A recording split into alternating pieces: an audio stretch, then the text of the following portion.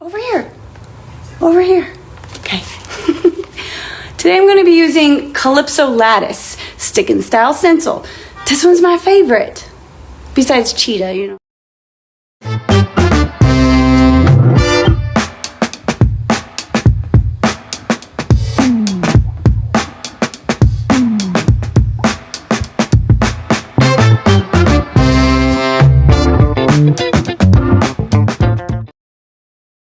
If you don't know what a stick and style stencil is, you should.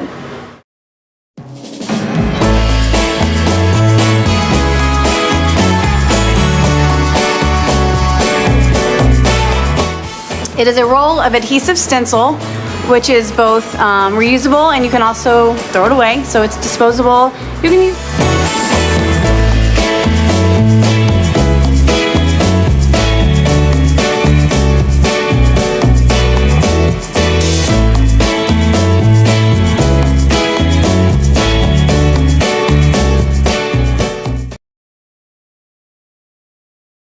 So I'm just going to cut the amount that I need. So I'm going to cut approximately this much. Okay, so I'm going to use my little stencil brush. It's just a stencil brush. You can get them at the craft store or wherever you get your brushes.